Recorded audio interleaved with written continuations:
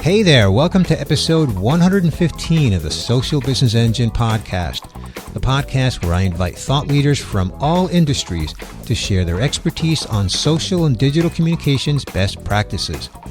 I'm Bernie Borges from Find and Convert and your host of the Social Business Engine podcast.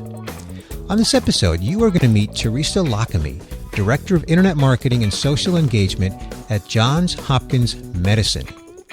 Teresa will explain how she leads a social media command center to create richer customer experiences that tie back to business goals. This episode is sponsored by Outward Media, Inc., a leader in the direct marketing industry. Later in the show, I'll tell you about a valuable offer from Outward Media. And now, here's my interview with Teresa Lockamy, Director of Internet Marketing and Social Engagement at Johns Hopkins Medicine. Teresa, welcome to the Social Business Engine podcast. Hello, Bernie. I'm excited to be here.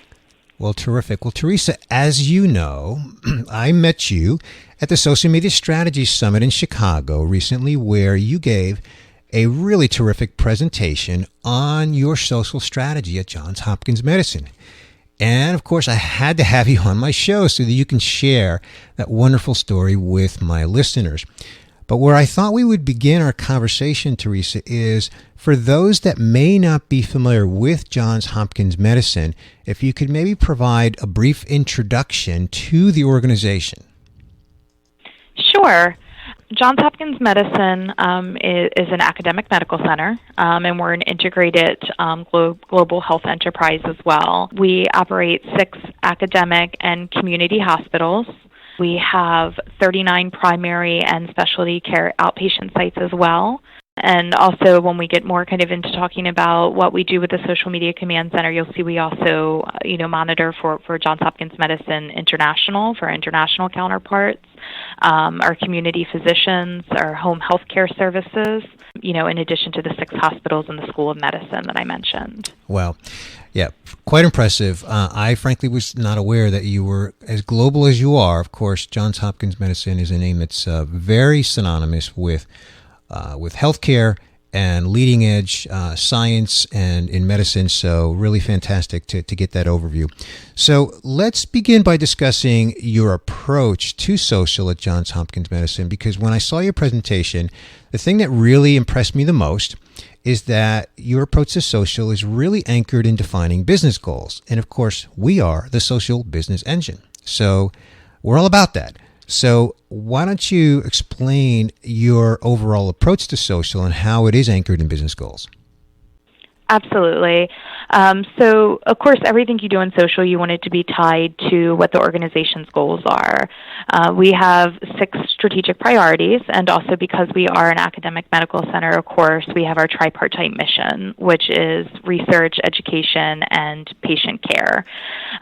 So some of our academic goals are tied to setting the standard for biomedical research and discovery, to being the national leader in the teaching of patient and family-centered care, and to really leading in education and training of physicians and biomedical scientists. Then we also have what you could consider our business goals, and our business goals are more tied to becoming a leading health and wellness reference brand, and whether that person decides to come here for care or not, although, of course, we do have, patient acquisition goals as well.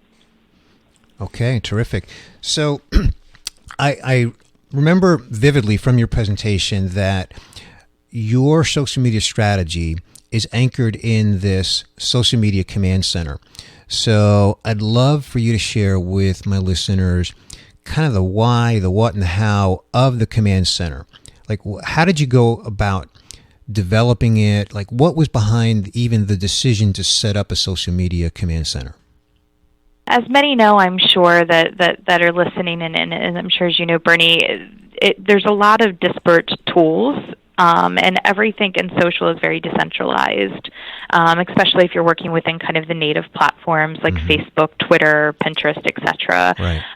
So the idea was really to be able to bring everything together, to have kind of a single source of all of the information and a single source of truth, and also to be able to empower others across the institution to be able to listen and understand the conversations that are going on, and to understand how we use social to meet our objectives. I do want to clarify, though, that I think when people hear Social Media Command Center, they're thinking of, the NASA setup. And our command center is completely virtual. Okay. And I think that's really the beauty of social, is that we no longer need that physical space. But it was really the goal to bring everything together. Can you elaborate on what you mean by virtual? In other words, what I think I understand from that, but, correct me if I'm wrong, is that instead of, like you said, this command center that's physical, where you've got 50 screens up there and you've got people sitting around, that it's not that it's more maybe spread out among a team. Is that what you mean? That's correct. Yeah. So it's spread out among a team, and it's also spread out into other teams, right? So not just the social team, but the media team that needs to understand when a crisis hits what the conversation is. So it's also it empowers others throughout other teams to be able to kind of log into this virtual dashboard of sorts, and to be able to kind of see the conversations that are going on. Okay. So can you elaborate on the specific approach? I remember in your presentation you talked about the specific things that you're doing. You actually listed 6 of them, and I was really impressed how you got so granular and you got very specific on the purpose of the command center and the approach that you're taking. Sure. So maybe I can walk through the 6 first, and then we can kind of Sounds great. dig in a little bit to each one. Does that work? Yeah, that's great.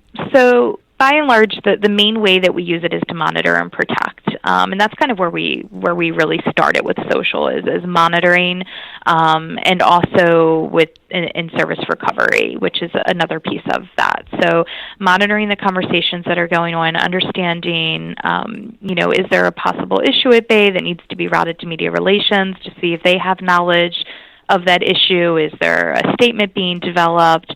How do we need to react to this? In addition to monitoring when maybe an issue's already broke that media relations knew about first, and then kind of filtered into us to better monitor and understand sentiment. And our ability to understand that sentiment and understand that conversation, I guess, leads to the second way we use it, which is really to inform and influence. So to be able to take that information and to feed it into not just the media relations team, but also to leadership.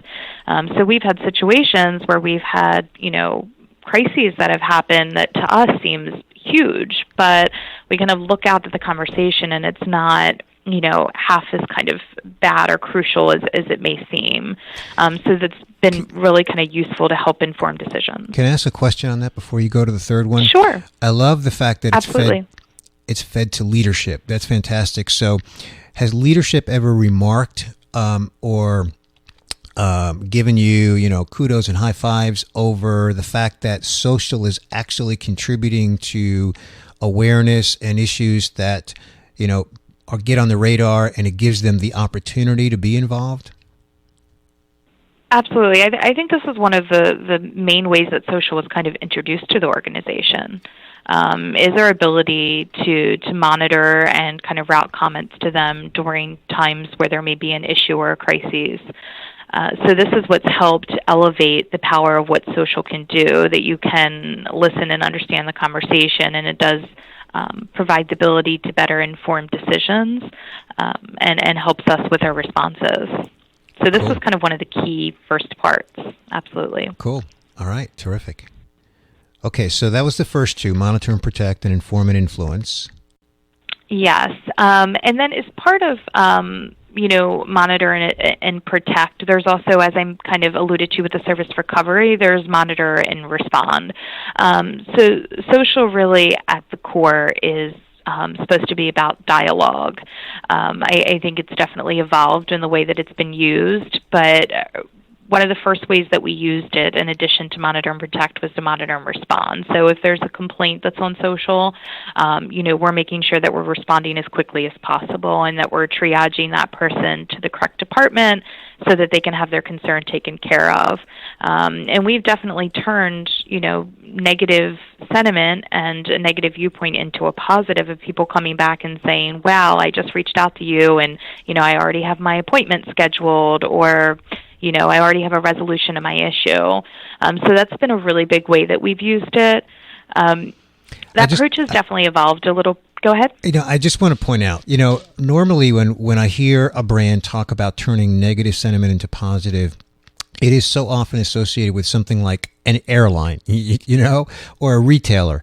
The fact that it's coming from Johns Hopkins Medicine, a health system, I just think that is so cool. And so just kudos to what you're doing. That is so terrific. Well, thank you, Bernie. It's definitely one of the most rewarding parts of what we do, being able to really help people, which obviously, taps into our mission as well, but it's definitely one of the most rewarding parts, for sure. Yep. Okay. And we don't just respond to service recovery, of course. We respond to students who want to find out how to apply, to get into our medical program. We have, people that are looking for health information that we go on our website, because our website's huge, I'm sure, as you can imagine, because our organization's huge. So we kind of help them navigate our website and also help get them the information that's most valuable and meaningful to what they're looking for. Right.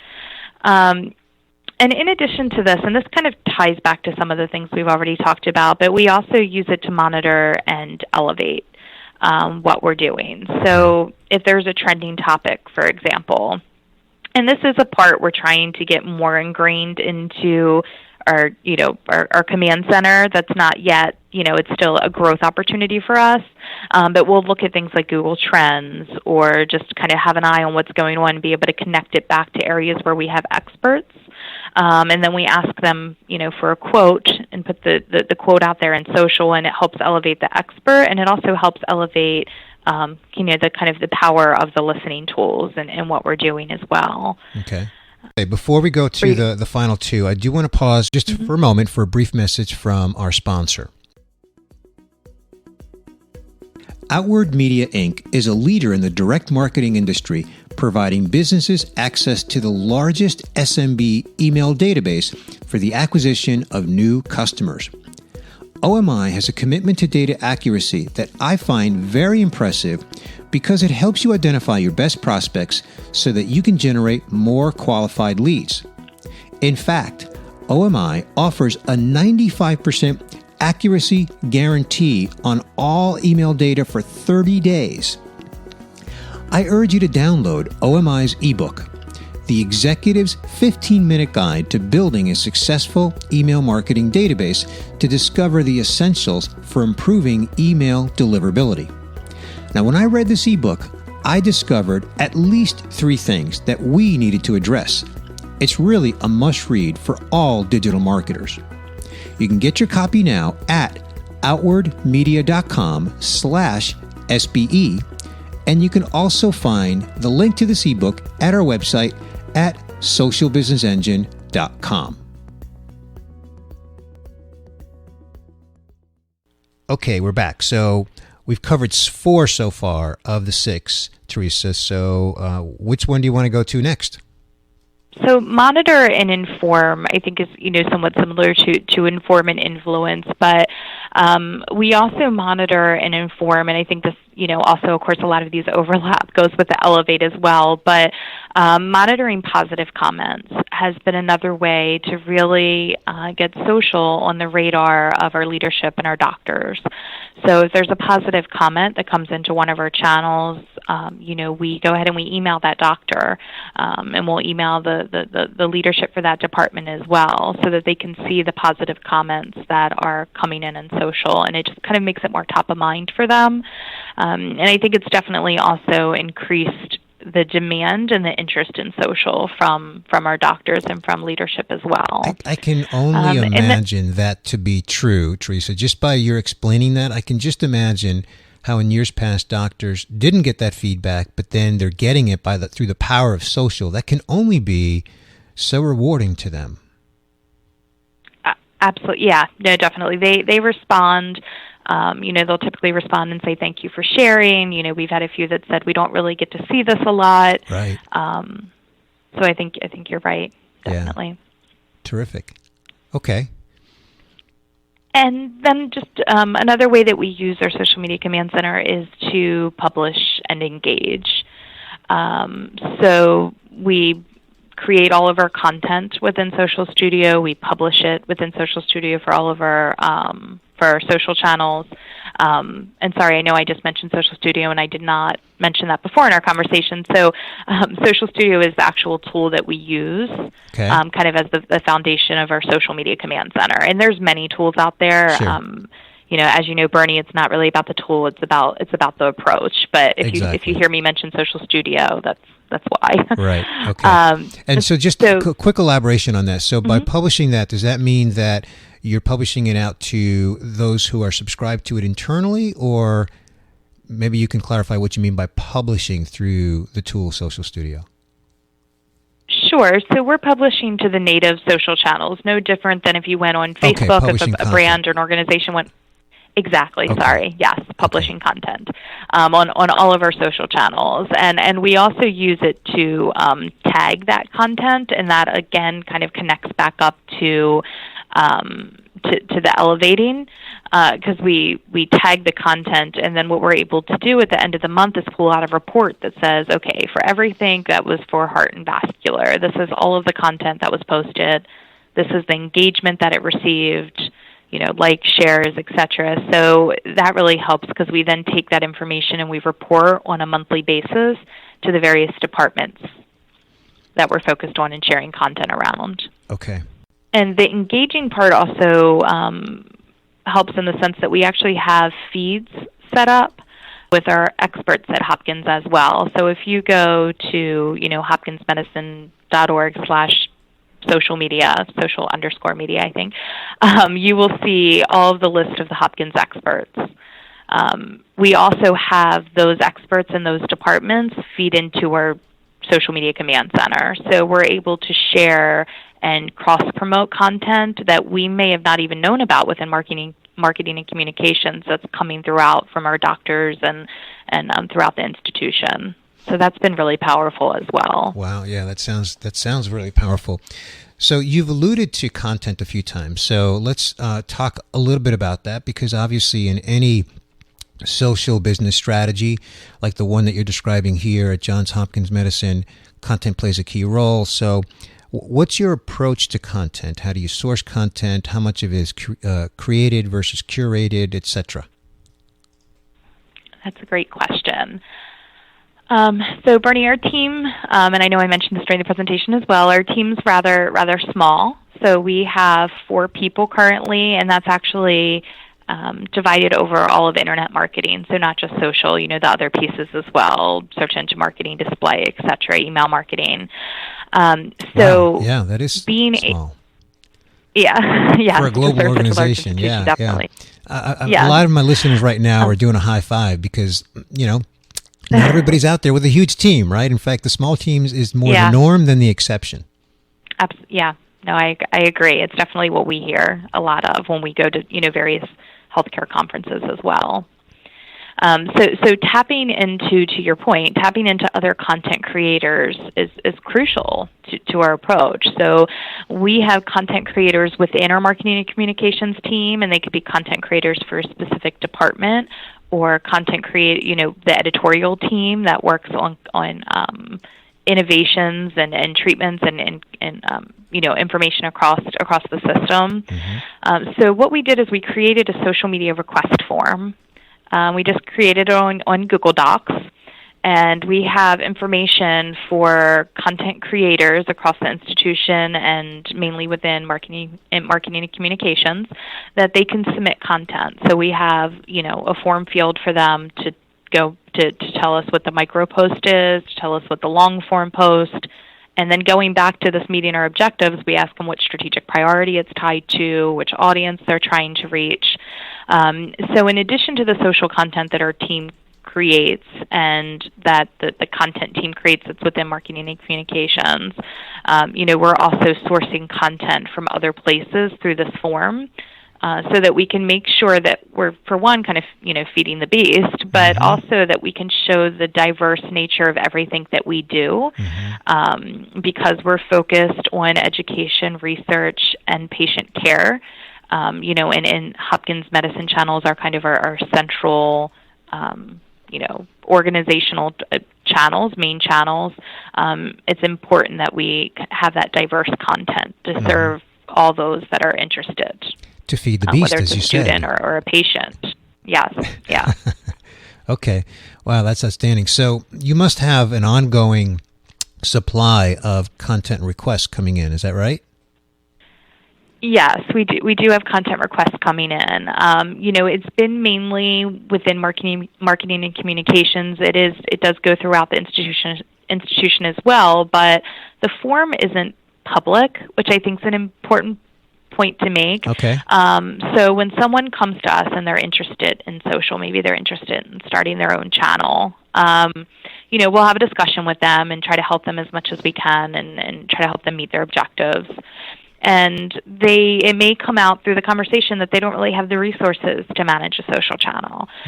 So after kind of talking to them and going through that process, then we offer that form as a way that they can submit content to go into the central channels. And of course, we're kind of looking at making judgment calls on what channel would be best for us to put that on, what audience would be best for that, us kind of knowing our community because we're having a dialogue with them every day and we're serving up content and we're seeing those metrics every day.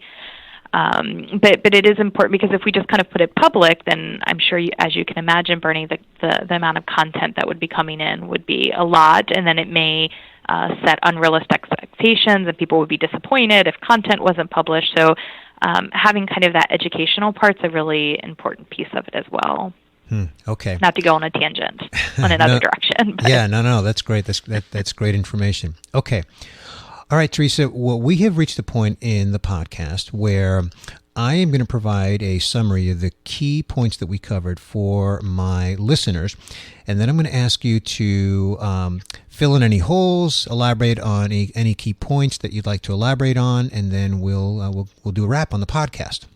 All right, so Teresa, we began the conversation with an overview of Johns Hopkins Medicine and that you're an academic medical center. You're global, 6 academic and community hospitals, 39 outpatient facilities.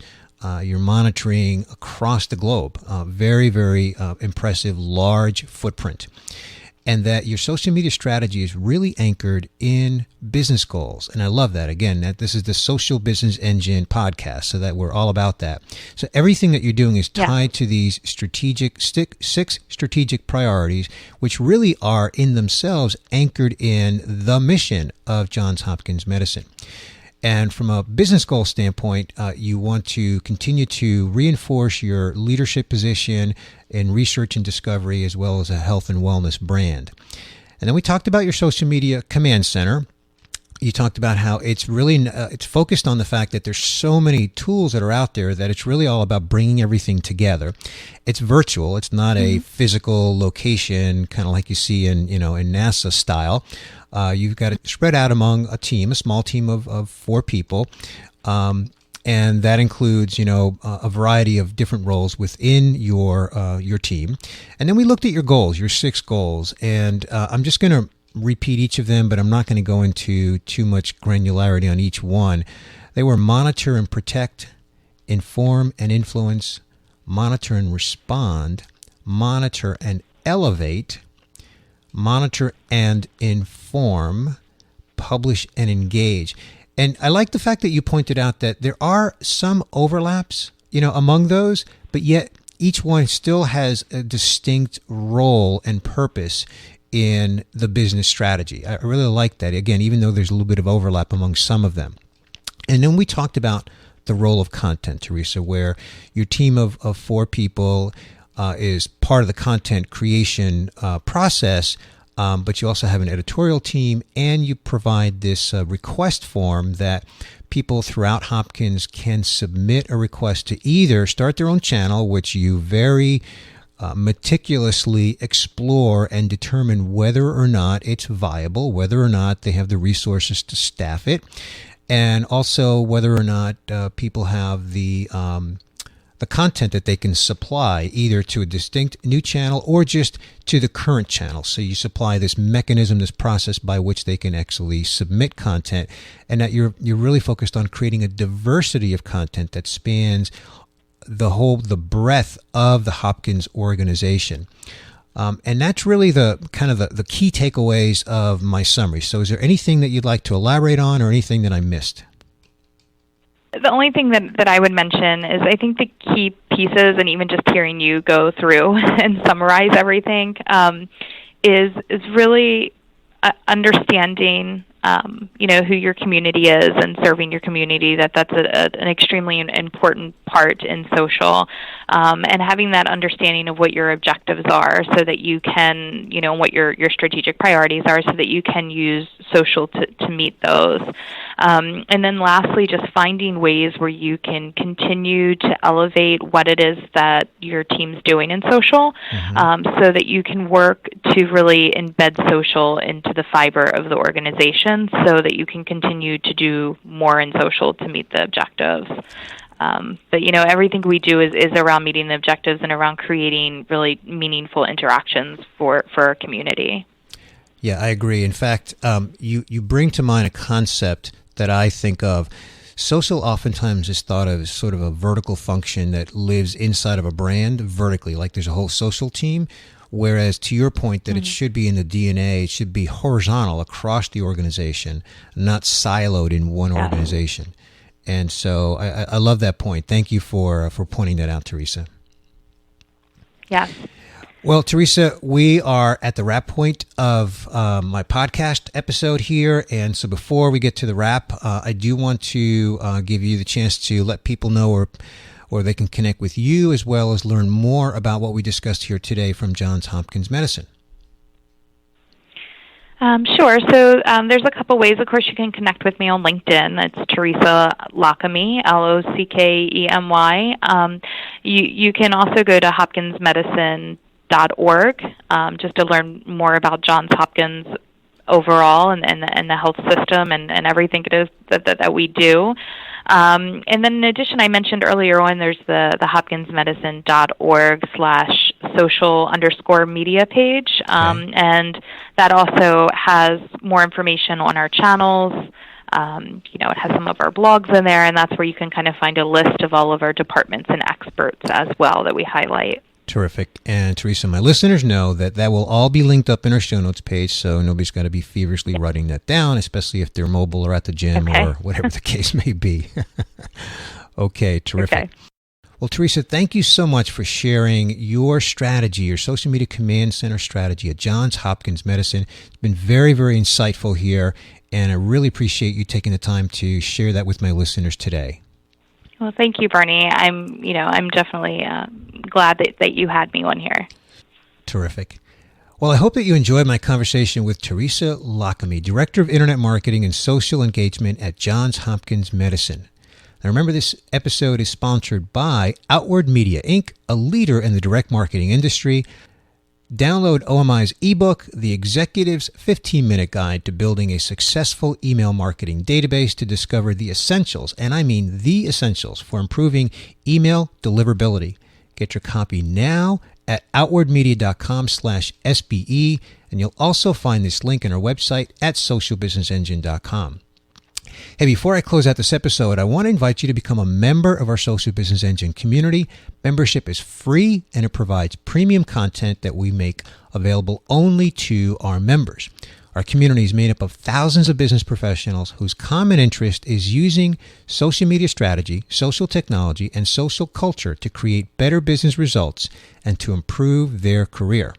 It's easy to become a member, and remember, it's free. Just visit our website at socialbusinessengine.com. Well, that's going to do it for this episode 115. I want to thank my guest once again, Teresa Lockamy, Director of Internet Marketing and Social Engagement at Johns Hopkins Medicine. This is Bernie Borges of Find and Convert, wishing you continued success on your social business journey.